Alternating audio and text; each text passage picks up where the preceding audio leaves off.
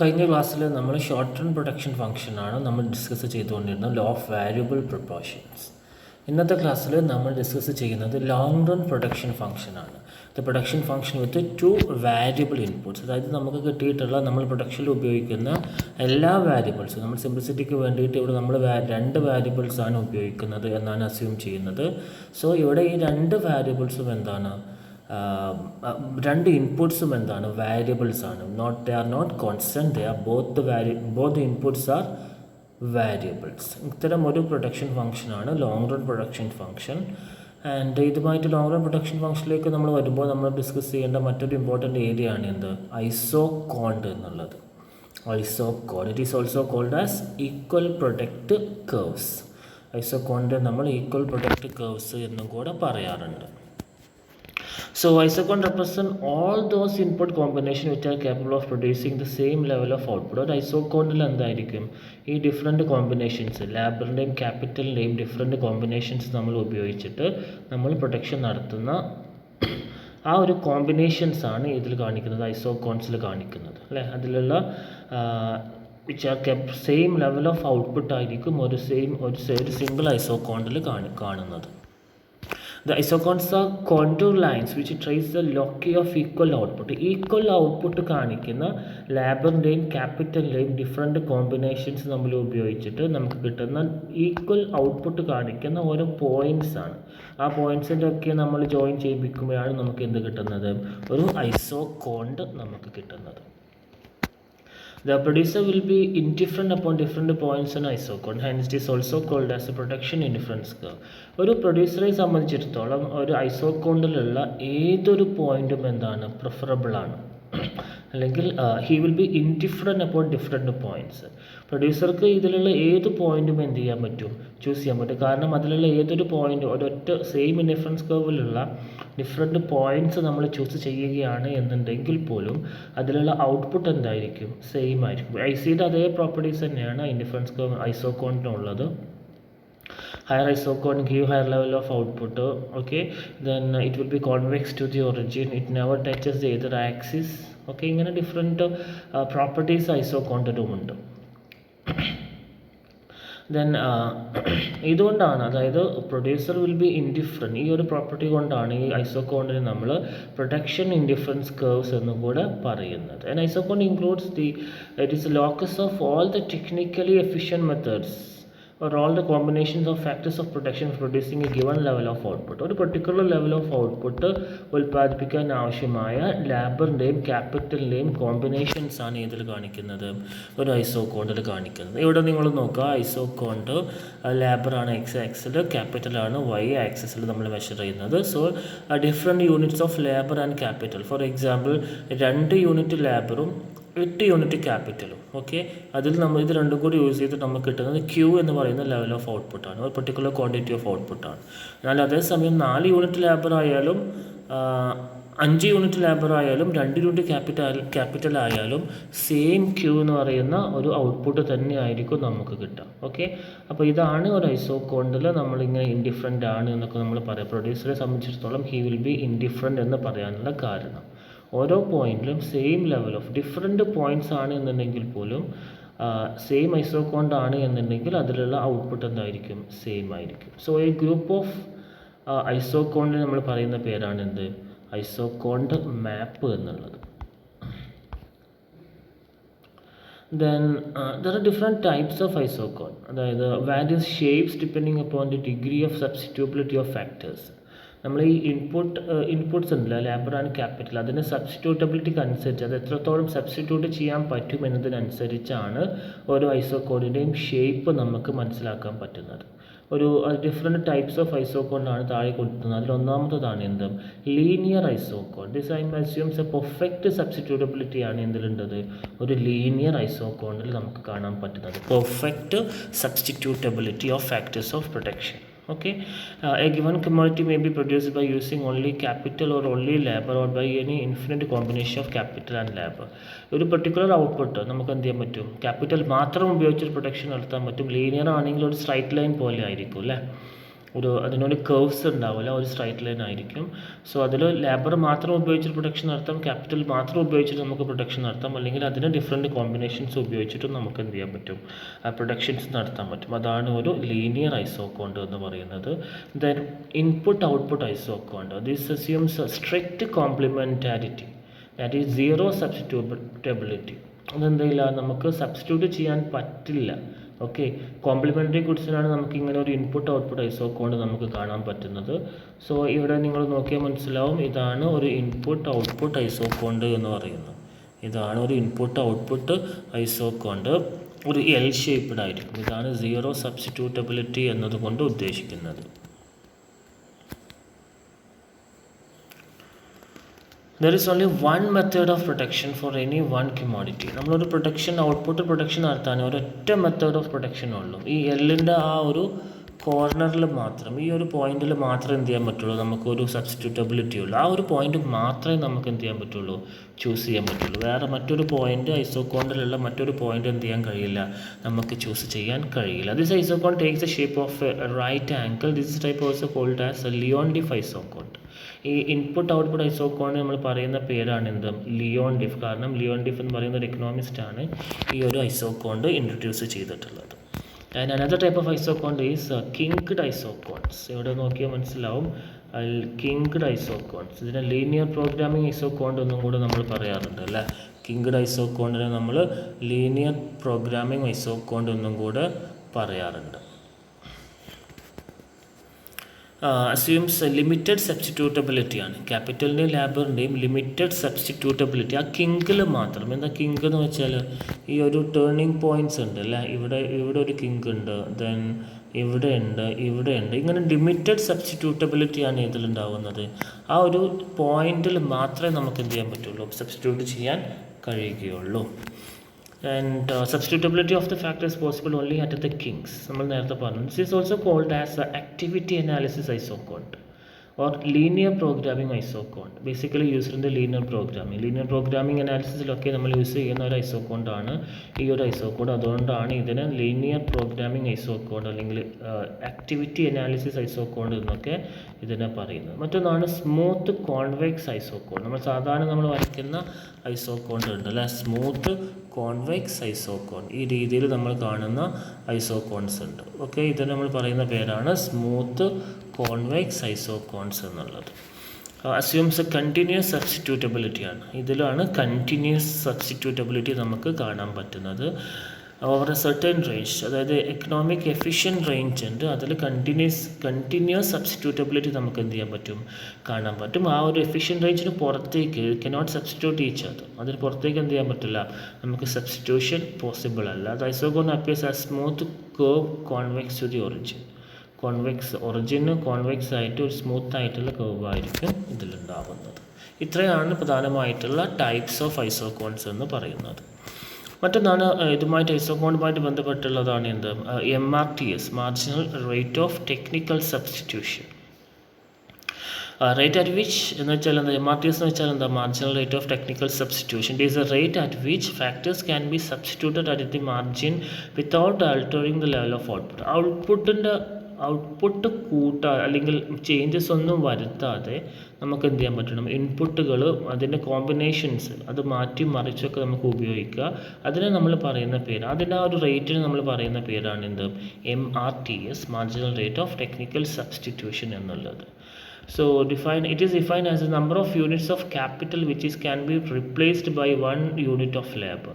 ഒരു unit labour നമ്മൾ additionally കൂട്ടണം എന്നുണ്ടെങ്കിൽ നമ്മൾ എത്ര യൂണിറ്റ് ക്യാപിറ്റൽ റെഡ്യൂസ് ചെയ്യണം, അതാണ് എന്ത് കാണിക്കുന്നത്, MRTS കാണിച്ച് തരുന്നത്. അതായത് ഔട്ട്പുട്ടിൽ ഒരു മാറ്റവും വരുത്താതെ ഔട്ട്പുട്ട് എത്രയാണോ ഉള്ളത് അതേ രീതിയിൽ നിലനിർത്തിക്കൊണ്ട് അല്ലെങ്കിൽ നിലനിർത്തിയിട്ട് നമ്മൾ ഒരു യൂണിറ്റ് ലേബർ കൂട്ടണം എന്നുണ്ടെങ്കിൽ എത്ര യൂണിറ്റ് ക്യാപിറ്റൽ നമ്മൾ റെഡ്യൂസ് ചെയ്യും. ഇത് നിങ്ങളൊരു ടാബിൾ ഞാൻ ഇവിടെ കൊടുത്തിട്ടുണ്ട്, അത് കാണുമ്പോൾ നിങ്ങൾക്ക് കുറച്ചും കൂടെ പെട്ടെന്ന് മനസ്സിലാവും. നിങ്ങൾ നോക്കുക, ഫാക്ടേഴ്സ് കോമ്പിനേഷൻസ് ആണ് ഡിഫറെൻറ്റ്. ആദ്യം നമ്മൾ ഒരു യൂണിറ്റ് ലേബറാണ്, ഓക്കെ, അതിൽ നമ്മൾ ഉപയോഗിച്ച ക്യാപിറ്റൽ എന്ന് പറയുന്നത് 12 ആണ്, ഓക്കെ.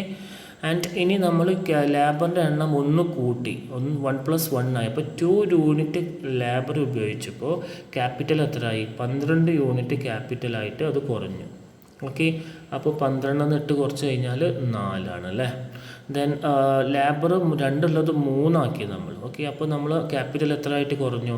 5 ആയിട്ട് കുറഞ്ഞു. അപ്പോൾ 8 - 5 3. ഓക്കെ. ദെൻ ലേബർ അഗെയിൻ 4 ആയി, ക്യാപിറ്റൽ അപ്പോൾ 3 ആയി, ഡിഫറൻസ് 2 ആണ് അല്ലേ. ദെൻ 5 ആയി, 2 ആയി, ഡിഫറൻസ് 1 ആണ്. ഇതിന് നമ്മൾ പറയുന്ന പേരാണെന്ത്? ഈ ഒരു ചേഞ്ചസ് ഉണ്ടല്ലേ, ഇതിൻ്റെ ആ ഒരു മാറ്റത്തിന് നമ്മൾ പറയുന്ന പേരാണ് MRTS of labour for capital എന്നുള്ളത്. Okay, MRTS of labor for capital. So it is a ratio of the marginal physical product of two factors. Marginal product of labor divided by marginal product of capital. ഇതാണ് എന്ത്? MRTS എന്ന് പറയുന്നത്. Marginal product of labor divided by marginal product of capital. Then diminishing MRTS, DMRTS നമ്മൾ പറയാറുണ്ട്. Diminishing MRTS, margin MRTS diminishes. നമ്മളിവിടെ കണ്ടു അല്ലേ, MRTS ഇങ്ങനെ 4, 3, 2, 1 ഇങ്ങനെ താഴോട്ടാണ് പോകുന്നത് MRTS. ഓക്കെ.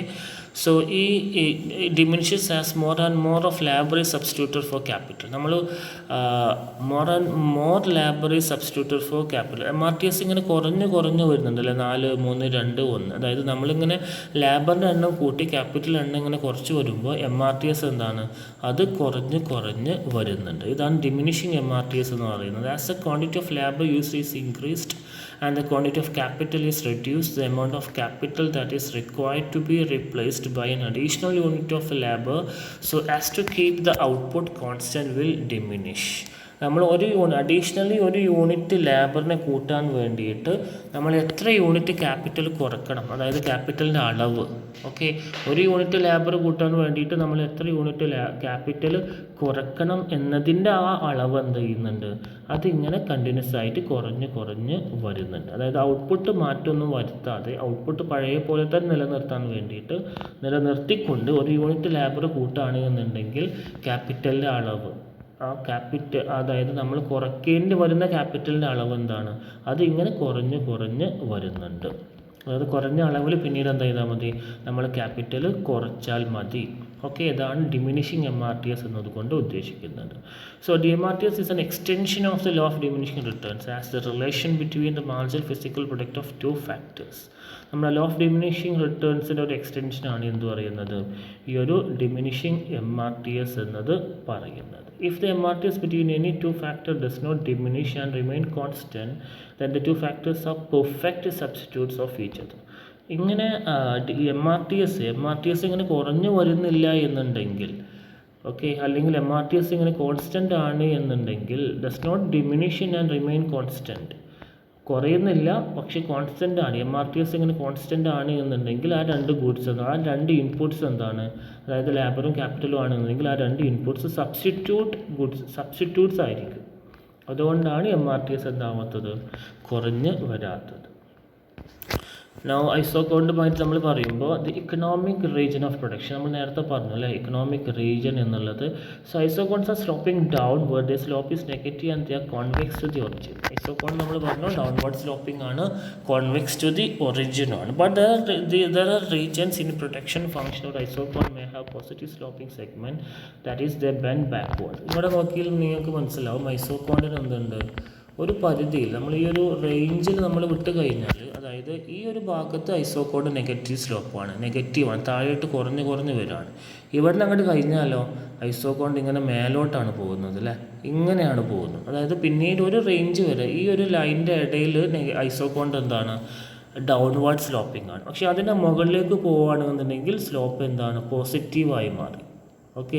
സ്ലോപ്പ് ഇതിങ്ങനെ മേലോട്ട് ഉണ്ട്, ഈ ലൈന് കഴിഞ്ഞാൽ ഇതിങ്ങനെ മേലോട്ട് പോവുകയാണ് ചെയ്യുന്നത്. അതാണ് അവിടെ പോസിറ്റീവ് സ്ലോപ്പ് ഓഫ് ഐസോകോൺ എന്നതുകൊണ്ട് ഉദ്ദേശിക്കുന്നത്. Okay, so the protection technique of factor combination lying on these positive sloping segment isocones technically inefficient. നമ്മൾ എഫിഷ്യൻ്റ് ആയിട്ടുള്ള പ്രൊഡക്ഷൻ നടക്കണം എന്നുണ്ടെങ്കിൽ ഐസോകോണിൻ്റെ നെഗറ്റീവ് സ്ലോപ്പ് ഏരിയയിലായിരിക്കണം. അതായത് ഇങ്ങനെ ഐസോകോണ്ട് ഉണ്ട് എന്നുണ്ടെങ്കിൽ അതിൻ്റെ ഡൗൺവേർഡ് ഏരിയയിൽ, ഫാളിങ് ഏരിയ അല്ലെങ്കിൽ സ്ലോപ്പ് നെഗറ്റീവ് ഉള്ള ഏരിയയിലുള്ള പ്രൊഡക്ഷനാണ് എന്ത് ചെയ്യേണ്ടത്? ഒരു പ്രൊഡ്യൂസർ ചൂസ് ചെയ്യേണ്ടത്. ഓക്കെ. അതായത് പോസിറ്റീവ് സ്ലോപ്പുള്ള ഐസോകോണ്ടിൻ്റെ തന്നെ പോസിറ്റീവ് സ്ലോപ്പുള്ള ഏരിയയിലുള്ള പ്രൊഡക്ഷൻ എന്ന് പറയുന്നത് എന്താണ്? ഇൻഎഫിഷ്യൻ്റ് ആണ്, ടെക്നിക്കലി ഇൻഎഫിഷ്യൻ്റ് ആണ് എന്നാണ് പറയുന്നത്. So it implies that marginal product of one for the factor has become negative. Marginal product, അതായത് നമ്മുടെ ലേബറിൻ്റെ അല്ലെങ്കിൽ ക്യാപിറ്റലിൻ്റെ എക്സ് ആക്സിൽ ആ ഭാഗത്ത് നോക്കുകയാണെന്നുണ്ടെങ്കിൽ ലേബറിൻ്റെ മാർജിനൽ പ്രൊഡക്റ്റ് എന്താണ്, നെഗറ്റീവ് ആവുകയാണ് അവിടെ ചെയ്യുന്നത്. ആ പോസിറ്റീവ് സ്ലോപ്പിംഗ് ഏരിയയിൽ, ഐസോകോണ്ടിൻ്റെ പോസിറ്റീവ് സ്ലോപ്പിംഗ് ഏരിയയിൽ മാർജിനൽ പ്രൊഡക്റ്റ് എന്തായിട്ട് മാറുകയാണ്, അത് നെഗറ്റീവായിട്ട് മാറുകയാണ്. അതുകൊണ്ടാണ് നമ്മൾ എന്ത് പറയുന്നത്, ആ ഒരു റീജിയൻ എന്ന് പറയുന്നത്, പോസിറ്റീവ് സ്ലോപ്പ് ഓഫ് ഐസോകോണ്ടിൻ്റെ ആ ഒരു റീജിയൻ എന്ന് പറയുന്നത് എക്കണോമിക്കലി അല്ലെങ്കിൽ ടെക്നിക്കലി ഇൻഎഫിഷ്യൻ്റ് എന്ന് പറയുന്നത്. ഓക്കെ, സോ ഇങ്ങനെ നമ്മൾ ആ ഒരു റിഡ്ജ് ലൈൻസ് ഉണ്ട് അല്ലേ, നമ്മുടെ ആ ഒരു ബൗണ്ടറി എന്തിൻ്റെ, ഐസോകോണ്ടിൻ്റെ സ്ലോപ്പ് നെഗറ്റീവിൽ നിന്ന് പോസിറ്റീവ് ആവുന്ന ബൗണ്ടറീസ് ഉണ്ടാവും അല്ലെ, പോയിന്റുകൾ ഉണ്ടാവും. ഓക്കെ, ആ അതിൽ മുകൾ ഭാഗത്തുണ്ടാവും താഴെ ഭാഗത്തുണ്ടാവും. ഓക്കെ, സോ അതിനെ രണ്ടിനെയും നമ്മൾ കണക്ട് ചെയ്യുകയാണെന്നുണ്ടെങ്കിൽ അതിന് നമ്മൾ പറയുന്ന പേരാണ് എന്ത്, റിഡ്ജ് ലൈൻസ് എന്നുള്ളത്. റിഡ്ജ് ലൈൻസ് എന്നുള്ളത്. ഇവിടെ ഒ എ ഒ ബി എന്ന് പറയുന്ന രണ്ട് റിഡ്ജ് ലൈൻസ് എന്ത് ചെയ്യാൻ പറ്റും, നമുക്ക് കാണാൻ പറ്റും അല്ലേ. ഒ എ ഉണ്ട്, ഒ ബി ഉണ്ട്. ഒന്ന് അപ്പർ റിഡ്ജ് ലൈൻ ആണ്, ഒന്ന് lower ridge line. The ridge lines are the locus of points of ഐസോകോൺ with the marginal product of one of the factor is 0. ഈ റിഡ്ജ് ലൈനിൽ എന്തായിരിക്കും, ഏതെങ്കിലും ഒരു ഫാക്ടർ അപ്പർ ആണെന്നുണ്ടെങ്കിൽ ഇവിടെ ക്യാപിറ്റൽ ആയിരിക്കും, അല്ലെങ്കിൽ ലോവർ ആണെന്നുണ്ടെങ്കിൽ ലേബർ ആയിരിക്കും. ഓക്കെ, അതിൻ്റെ മാർജിനൽ പ്രൊഡക്റ്റ് 0 ആയിരിക്കും. അതിന് മുകളിലേക്ക് പോയാൽ എക്സ് ആക്സിൽ താഴേക്ക് പോവുക, അല്ലെങ്കിൽ വൈ ആക്സിൽ ആണെന്നുണ്ടെങ്കിൽ മുകളിലേക്ക് പോവുക. അവിടെ അതിൻ്റെ മാർജിനൽ പ്രൊഡക്റ്റ്, ആ ഇൻപുട്ടിൻ്റെ മാർജിനൽ പ്രൊഡക്റ്റ് നെഗറ്റീവ് ആയിരിക്കും. റിഡ്ജ് ലൈനിൽ മാർജിനൽ പ്രൊഡക്റ്റ് 0 ആയിരിക്കും. So protection outside the ridge line is inefficient. നേരത്തെ പറഞ്ഞു അല്ലേ, ഒരു പ്രൊഡ്യൂസർ എന്ത് ചെയ്യില്ല, ഈ ഒരു റിഡ്ജ് ലൈനിന് മുകളിലുള്ള അല്ലെങ്കിൽ താഴെയുള്ള ഭാഗം എന്ത് ചെയ്യില്ല, എക്സ് ആക്സിലാണെന്നുണ്ടെങ്കിൽ താഴെയുള്ള ഭാഗവും വൈ ആക്സിലാണെന്നുണ്ടെങ്കിൽ മുകളിലുള്ള ഭാഗവും ഒരു റാഷണൽ പ്രൊഡ്യൂസർ ഒരിക്കലും ചൂസ് ചെയ്യില്ല. കാരണം അവിടെ മാർജിനൽ പ്രൊഡക്റ്റ്, നമ്മൾ യൂസ് ചെയ്യുന്ന ഇൻപുട്ടിൻ്റെ മാർജിനൽ പ്രൊഡക്റ്റ് എന്തായിരിക്കും, റിഡ്ജ് ലൈനിൽ 0യും അതിനുള്ള അപ്പുറം പോയി കഴിഞ്ഞാൽ അത് നെഗറ്റീവുമായിട്ട് മാറും. The protection outside the ridge line is inefficient because same output can be produced with less of the factor, which therefore must be cheaper. So നമ്മൾ ആ ഒരു പോയിന്റിലേക്ക് പോകാതിരിക്കാനുള്ളൊരു കാരണം എന്ന് പറയാം, ഒരു പ്രൊഡ്യൂസർ റിഡ്ജ് ലൈൻ വിട്ടിട്ട് പുറത്തേക്ക് ഒരു പോയിന്റ് ചൂസ് ചെയ്യാതിരിക്കാനുള്ള കാരണം എന്ന് പറയുന്നത്, ആ ഒരു same level of output ridge ലൈനിൽ പുറത്ത് പോയിട്ട് നമ്മൾ ചൂസ് ചെയ്യുന്ന ആ ഒരു ഔട്ട്പുട്ട് നമുക്ക് എന്ത് ചെയ്യാൻ പറ്റും, കുറഞ്ഞ ഇൻപുട്ട് ഉപയോഗിച്ചിട്ട് തന്നെ നമുക്ക് പ്രൊഡക്ഷൻ നടത്താൻ പറ്റും. അതുകൊണ്ടാണ് അതിന് എക്കണോമിക്കലി ഇൻഎഫിഷ്യൻ്റ് എന്ന് പറയാനുള്ള ഒരു കാരണം. Now coming to the returns to scale. Changes in output when all factors or inputs of particular protection function are increased together proportionately. നമ്മൾ നമ്മൾ ഉപയോഗിക്കുന്ന ഇൻപുട്സ് ഒക്കെ നമ്മൾ എന്ത് ചെയ്യുന്നു, പ്രൊപ്പോർഷനായിട്ട് ആനുപാതികമായിട്ട് നമ്മൾ എന്ത് ചെയ്യാണ്, ഇൻക്രീസ് ചെയ്യുകയാണ്. The scale of protection means A given amount of labour and capital used in the protection process.